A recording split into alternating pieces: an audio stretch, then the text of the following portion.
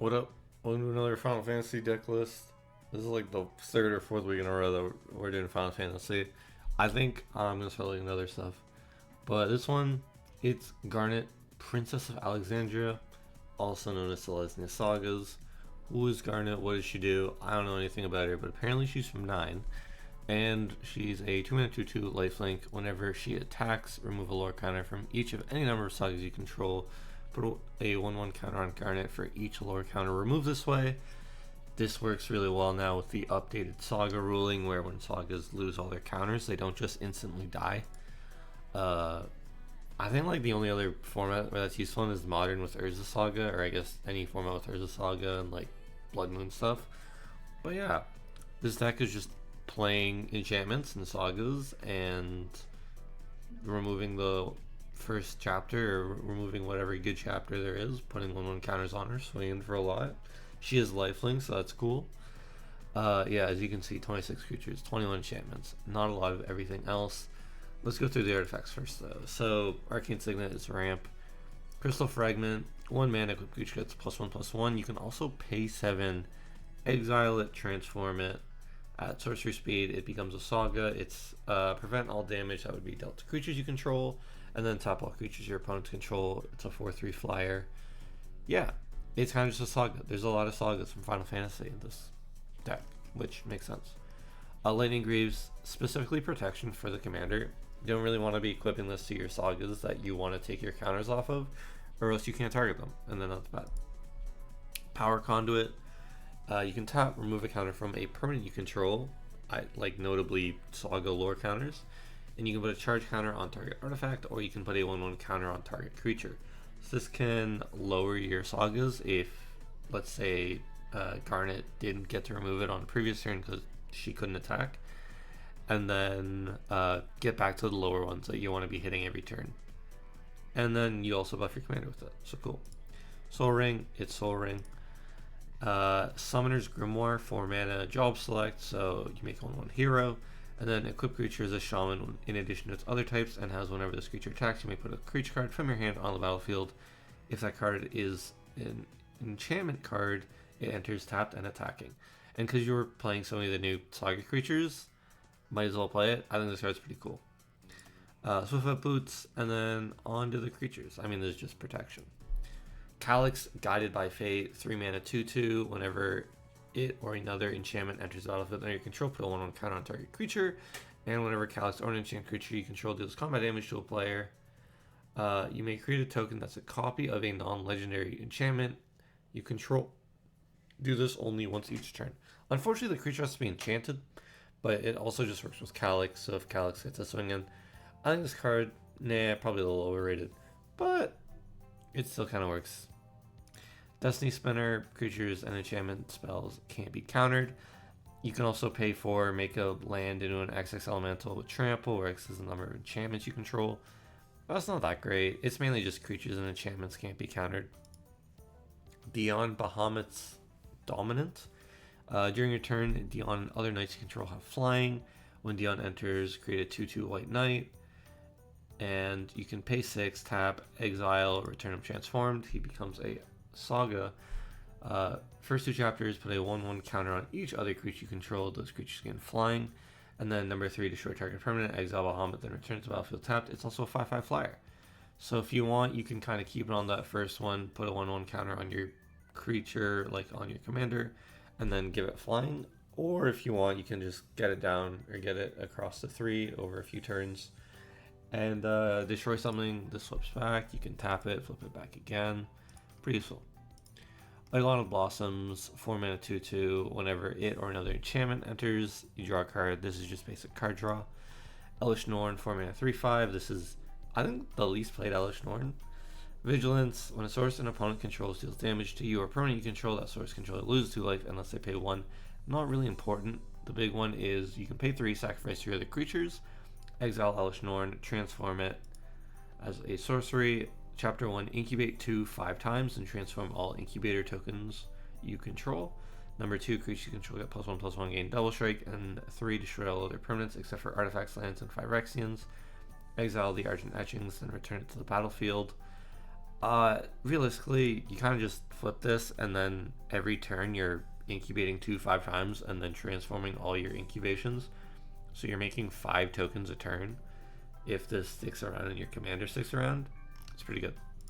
Eternal Witness, just as some recursion in the deck. Return a permanent from, or just a card from your graveyard to battle to hand.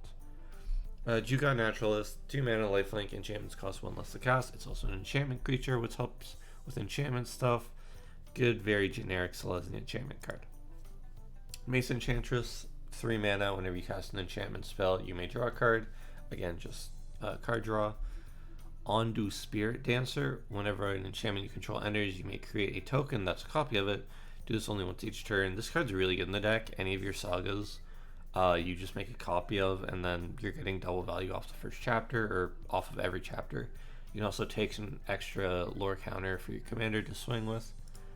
Satsuki the Living Lore, 2 mana, 1/3. Put a lore counter on each saga you control. Activate only as a sorcery. This can help you take up your sagas if you need them to.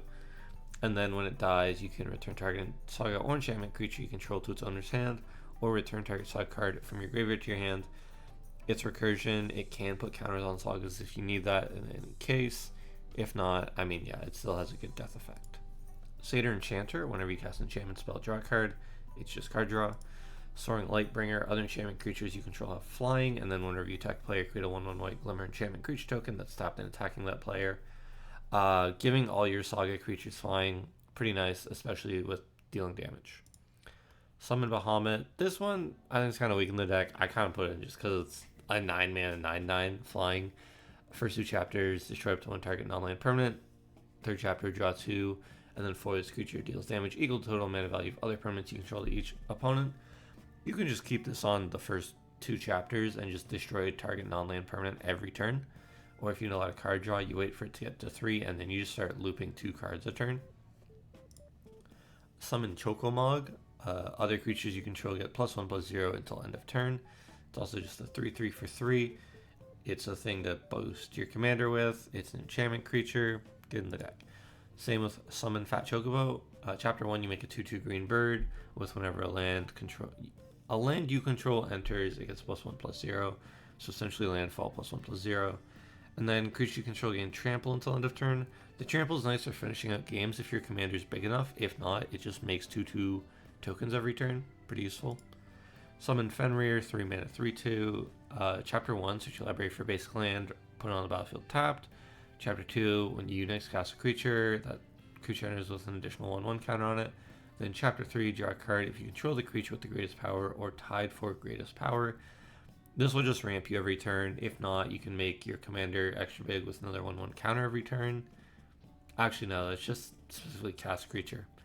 Yeah, it's just essentially a ramp 1 every turn. Summon Good King Mog the 12th. Create 2 1/2 white Moogle creature tokens with lifelink. 2 and 3 are whenever you cast non-creature spell this turn, create a token that's a copy of non-saga token you control. Not that great because a lot of the tokens we're making are like sagas. I mean, I guess we could make basic tokens. And then 4, put 2 1/1 counters on each other Moogle you control.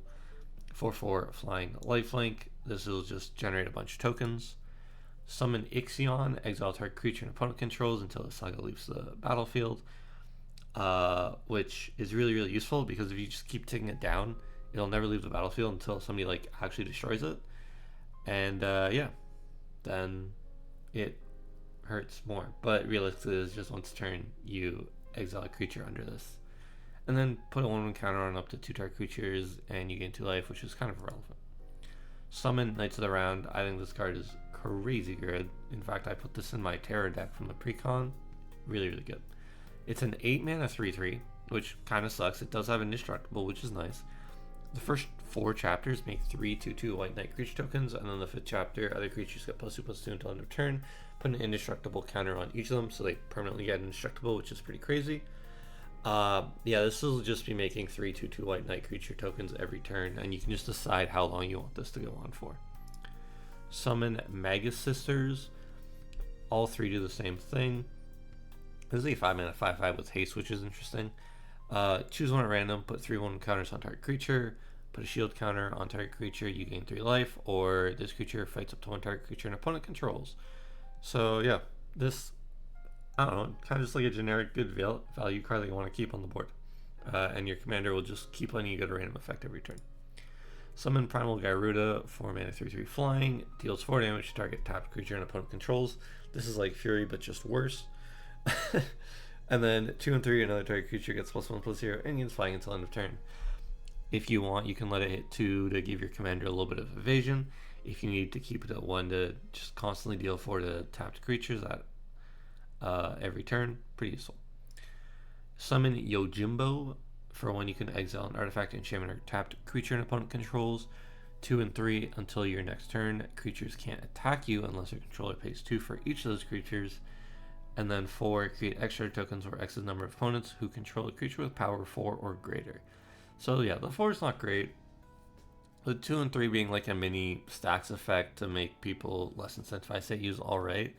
But yeah, just the first one to be able to exile a tapped artifact, enchantment, or creature every turn is pretty good. Scythes Harvest Hand. This is just one of the best Selesnya enchantment cards. It is an enchantment creature. And whenever you cast an enchantment spell, draw a card and gain 1 life. So you get the best of both worlds with all those cast effects. Weaver of Harmony, 2 mana 2/2. Other creature enchantment creatures you control get +1/+1. And you can pay green, tap, copy a activated or triggered ability you control from an enchantment source. You may choose new targets for the copy. So this can copy any of your Saga triggers. It will also make all your Saga creatures and enchantment creatures bigger. So it's a little lord. It's a very useful card in the deck. Yenna, Red Tooth Regent, 4 mana 4/4. Pay 2, tap. Choose an enchantment you control. It doesn't have the same name as another permanent you control. Create a token that's a copy of it, except it isn't legendary. If the token is an aura, untap Yenna, then scry 2, activate only as a sorcery. You can just do this essentially once turn to make a copy of whatever Saga you want. Saga creature or any enchantment, really, because the deck runs a lot of enchantments. Yuna, Hope of Spira, I think it's probably Spira. 5 mana 3/5. During your turn, Yuna and enchantment creatures you control have trample, lifelink ward 2, which is really good for all your enchantment creatures. And then at the beginning of your end step, return 1 target enchantment card from your graveyard to the battlefield with a finality counter on it. So this can hit your generic enchantments, this can hit your Saga creatures or other Sagas that have gone to the graveyard and finished doing their thing. And then you can control if they actually go to exile with the finality counter, with Garnet just constantly taking them back 1. Onto the enchantments. The Sagas make this deck list so much longer. It's been 13 minutes. I've only covered creatures. Ajani, 5 mana, exile target creature with power 3 or greater. Create a 2/1 white cat creature token. Put a vigilance counter on a creature you control. And then target creature you control gains double strike until end of turn. This is just exiling every turn. Battle for Bredegard. Create a 1/1 white human. Create a 1/1 green elf. And then choosing a number of artifact tokens and or creature tokens you control with different names for each of them. Create a token that's a copy of it. The third one, pretty useful. The first 2, making tokens, also pretty useful if you want to keep them there. Befriending the Moths. 4 mana target creature gets +1/+1, gains flying. And then exile the Saga, return transformed. It's just a 2/4 enchantment creature with flying. This will just give your leader +1/+1 and flying every turn. Beseiju, reaches skyward. Search your library for 2 basic forests, reveal and put it in your hand. Put up to 1 target land card from your graveyard on top of your library. And then exile the Saga, return to the battlefield. 0/0, +1/+1 for each land you control, and it has reach. This will just ramp you every turn. And then if you have good lands in your graveyard, you can bring them back with that. Elspeth Conquers Death, 5 mana, exile target permanent opponent controls, converted mana value 3 or greater. Non-creature spells your opponent's cast cost 2 more to cast until your next turn, and then return target creature or planeswalker card from your graveyard to the battlefield. Put one counter on a loyalty counter on it. So this can exile something every turn, or if you're up against a Spellslinger deck, you can keep it on 2. Make sure that non-creature spells cost 2 more every turn, essentially. Enchantress's Presence, 3 mana. Whenever you cast an enchantment, draw a card. Pretty straightforward. Karuk's Uprising, whenever this enchantment enters, if you control a creature with power 4 or greater, draw a card. Hits half the time. It depends how late you have it whenever you play your other stuff. Creatures you control have trample is the main reason why I'm playing the card, though, because as big as you can make Garnet, she won't have trample.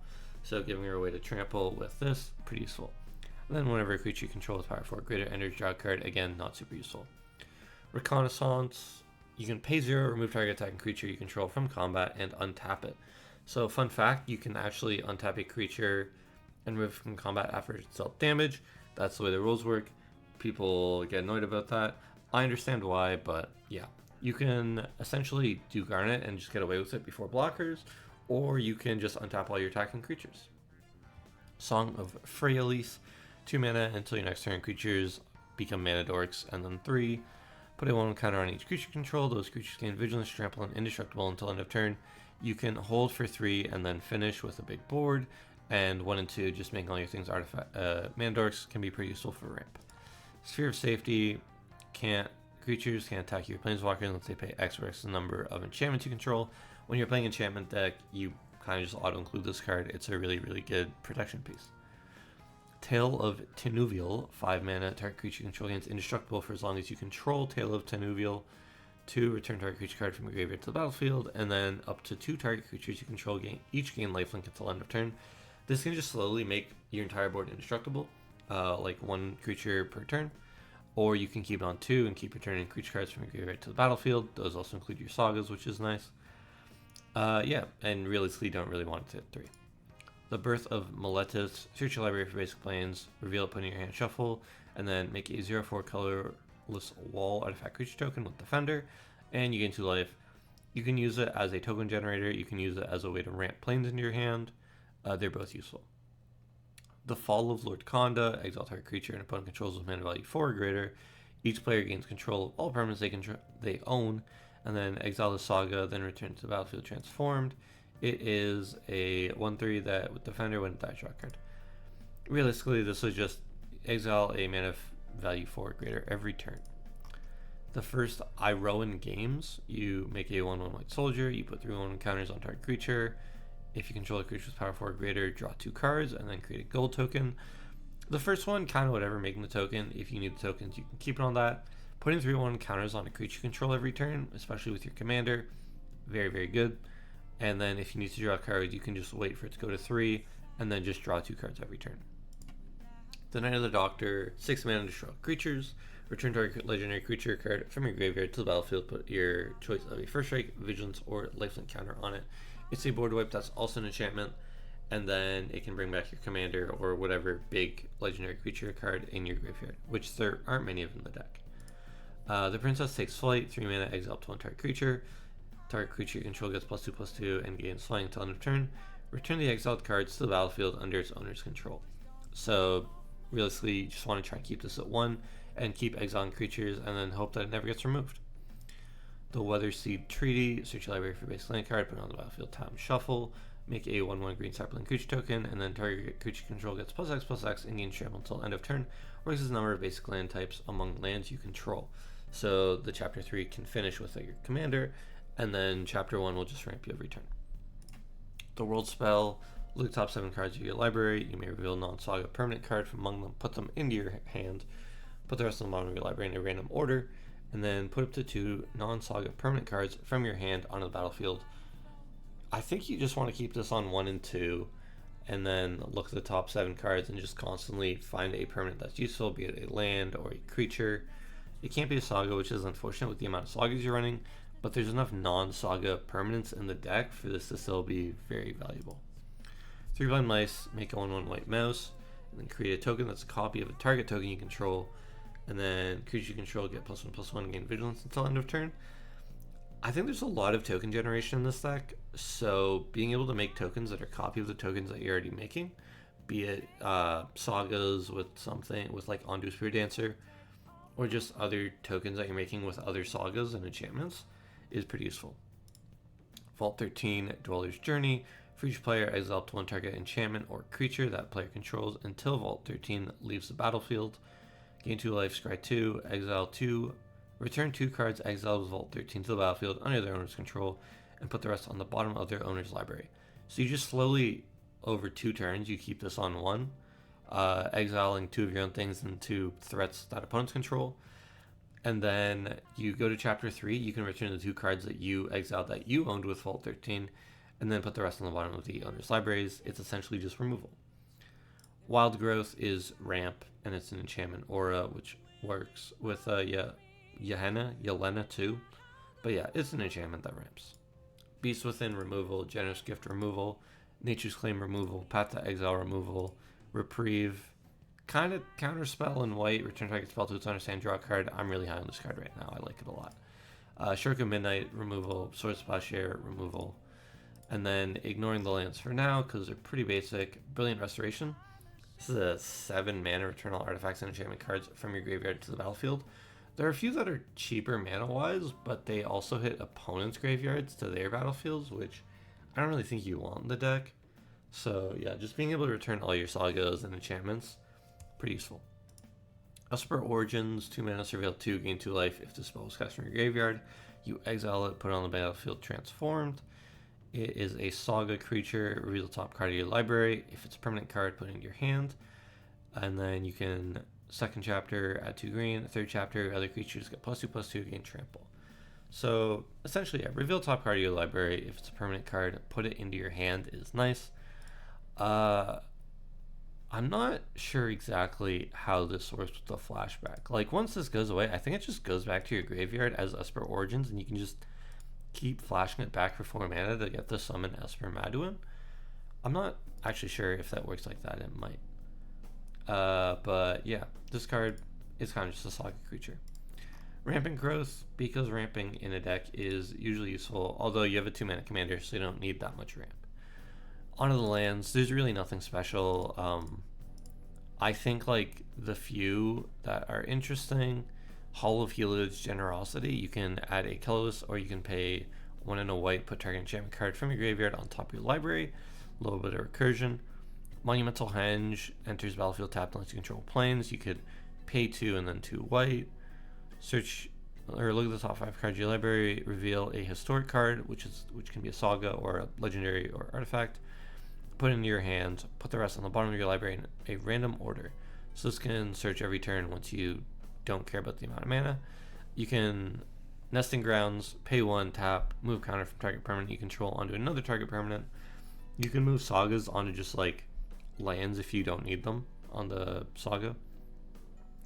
And then besides that, Rogue's Passage to make your commander unblockable. Nothing else interesting. On the maybe board, Clash of the Acons.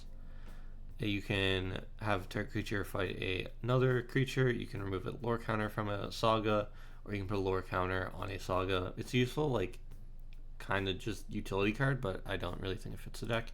Heroic Intervention is just a crazy card. Might as well mention it. Sanctum Weaver, pay 2, add X mana of any one color, where X is the number of enchantments you control. I think this is alright, but I think the deck is a little too slow to play this with the amount of enchantments that are like 3-4 mana. Setessan Champion, 3 mana 1/3. Whenever an enchantment enters the battlefield under your control, put a 1/1 counter on Setessan and draw a card. This is a very, very solid card, but I'd rather just play more Sagas. And then Summon Titan. This was the one like Saga I didn't include from Final Fantasy because I frankly don't think it fits the deck at all. Chapter 1, mill 5 cards is pretty bad. Chapter 2, return all land cards from your graveyard to the battlefield tapped is pretty irrelevant if you're not milling 5 cards every turn. And then Chapter 3, until end of turn, target creature gets +6. Trample +X/+X, where X is the number of lands you control. I just didn't want to include this because of the mill 5 cards every turn. Like there's the Vorinclex that also flips. Oops. But yeah, I didn't really want to add that because it's like mill 10 cards every turn. Either way, that's the entire deck. I'm not going to go through the Rex. I was looking through the Rex for the maybe board earlier today. But yeah, if there's any cards that you think should be in this deck that I missed, let me know in the comments below. I might cover Final Fantasy next week. I might go back and just look for other things. I might cover the best deck in blank series. But yeah, thank you very much for watching. I'll be back next week. Bye-bye.